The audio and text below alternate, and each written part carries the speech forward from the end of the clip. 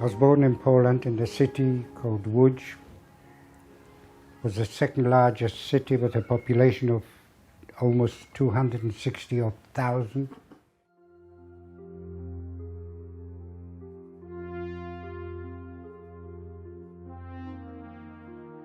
We had a nice apartment. I had my own bedroom.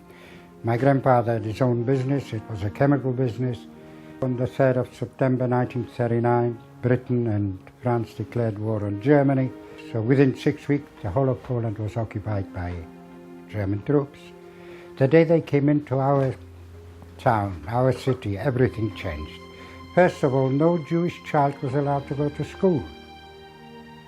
No Jewish teacher was allowed to teach. It didn't matter whether he was teaching in a Jewish school or a non-Jewish school. He wasn't allowed.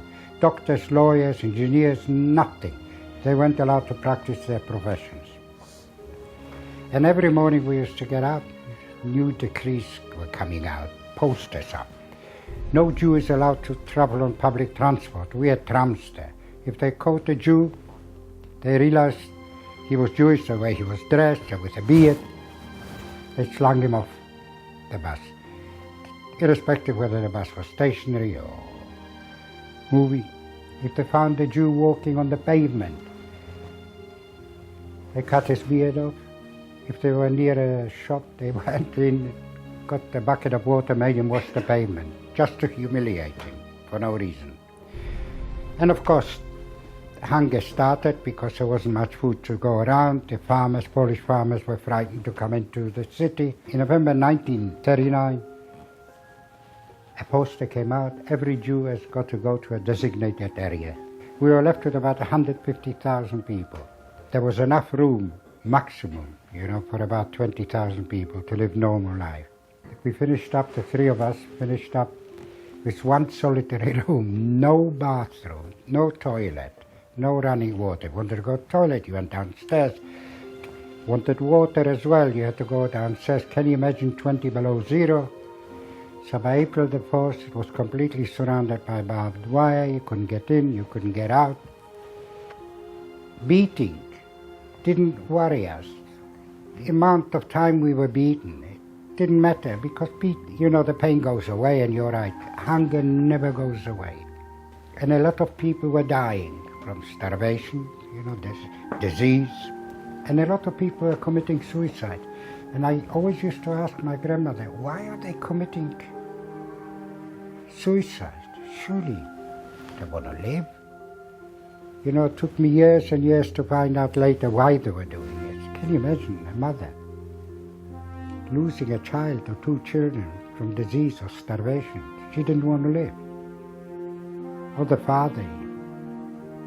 And they were killing themselves. And then I used to go down the stairs and stepping over dead bodies. And I didn't even look, I didn't even think about it. I didn't say, oh my God, no, nothing. It didn't mean anything to me. All I was hoping that 1 o'clock or 12 o'clock will come and I'll get a drop of soup that we were getting. In the morning they came with big lorries and we had to go down, downstairs. And they took me and they slung me onto the lorry. When they slung me onto the lorry, I looked who was there. There were babies, there were children, there were old people, disabled people. And I thought, they're going to take us to the nearest woods and shoot us. And I jumped off the lorry. Now that's where my luck was. First of all, the lorry was moving, and secondly, the guards were inside the yard. Had they seen me, they would have shot me. There was never a question, stop or I'll shoot. In the evening, I went back to where we lived after a few days. We went back to work and they took all those people. Nobody heard a thing of all those people that left. Not a sound, not a letter, not nothing. We assumed they killed them somewhere and buried them. Because in them days they didn't have crematoriums, they didn't have gas chambers. We worked there, like I said, and all the time, people were dying. And once I said to my grandmother, so many people have died, so many people, they went away, there must be more room. They were bringing in other people from small places, from Germany even. They brought people into the Lodz ghetto. In 1944, the Germans came, the SS came, and they said to the people that were running the ghetto. They said, we want to liquidate the ghetto because the Russians are getting near. They're already outside Warsaw, outside the Vistula River. They said, we got the people in the metal factory. If you want to go to Germany to work in the metal factory, they'll take us. When we came to the railway station, the first thing I said to my grandmother, I can't see any trains. She said, they're standing in front of you. I said, they're cattle trucks. She said, that's all there is. Anyway, they opened the shutters and we had to get in there. They packed us in. There was no way you could sit down. Can you imagine a boy of 14 hoping people should die so he'll have room to sit down? What has become of me? After a few days, unfortunately, there was more room to sit down. We're traveling for another 3 or 4 days. One early morning, through slits of the truck, I could see the word Auschwitz. I didn't know what it meant. Underneath it said Oświęcim, and somebody said, oh, that's a little town near Krakow. They opened those shutters. They told us to leave our luggage, our suitcases, and we had to get out, jump off from there. Can you imagine children or old people or disabled jumping off a truck? Most of you have been there that are here tonight, so you know where I arrived in Birkenau.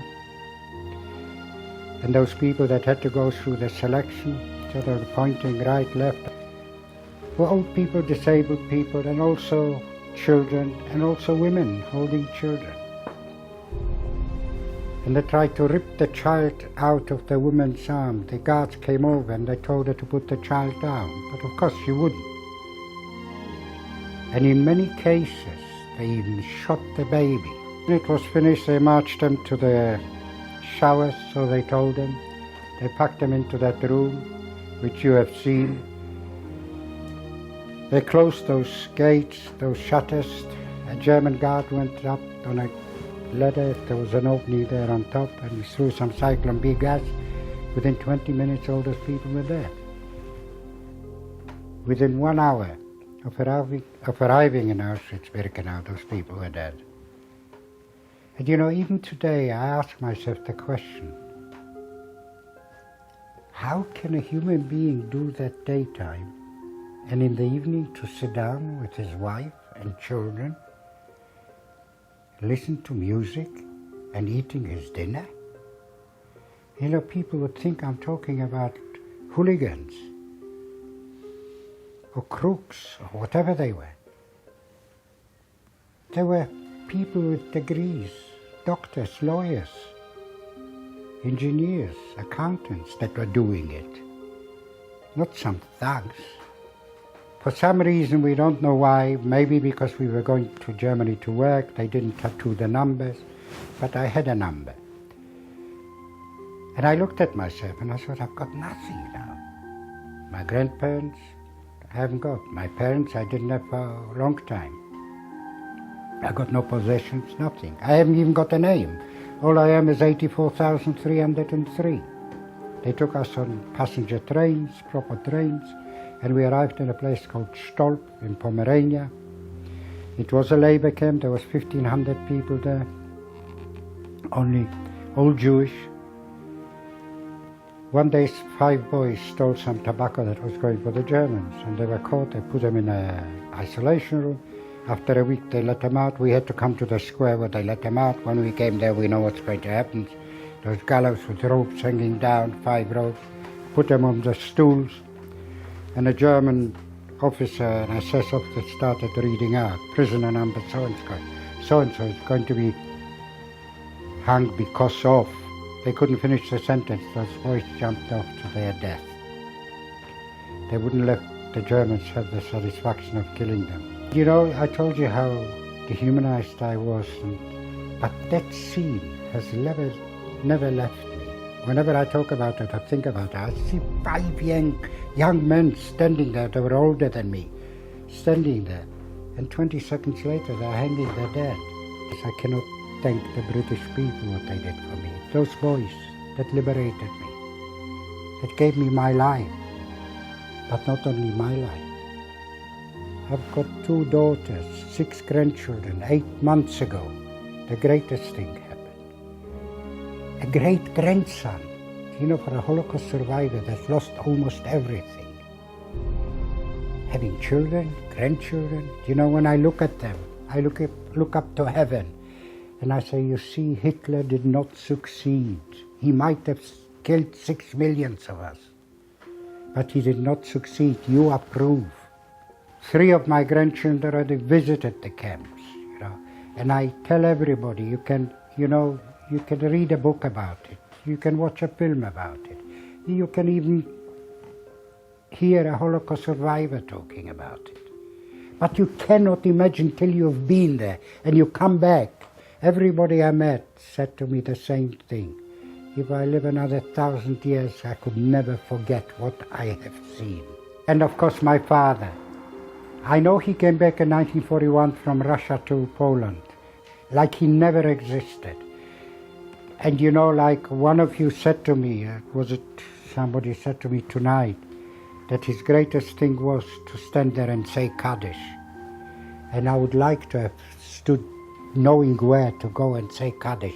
I say Kaddish every time I'm in a shul, I'm Rosh Hashanah, Yom Kippur, or any time I go to shul, I say Kaddish, because I don't know when he died.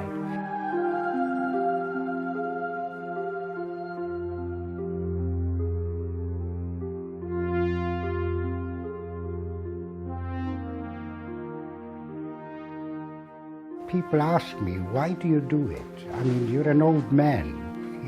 You'll be 84 in January. Because I feel I owe it to the people that haven't survived.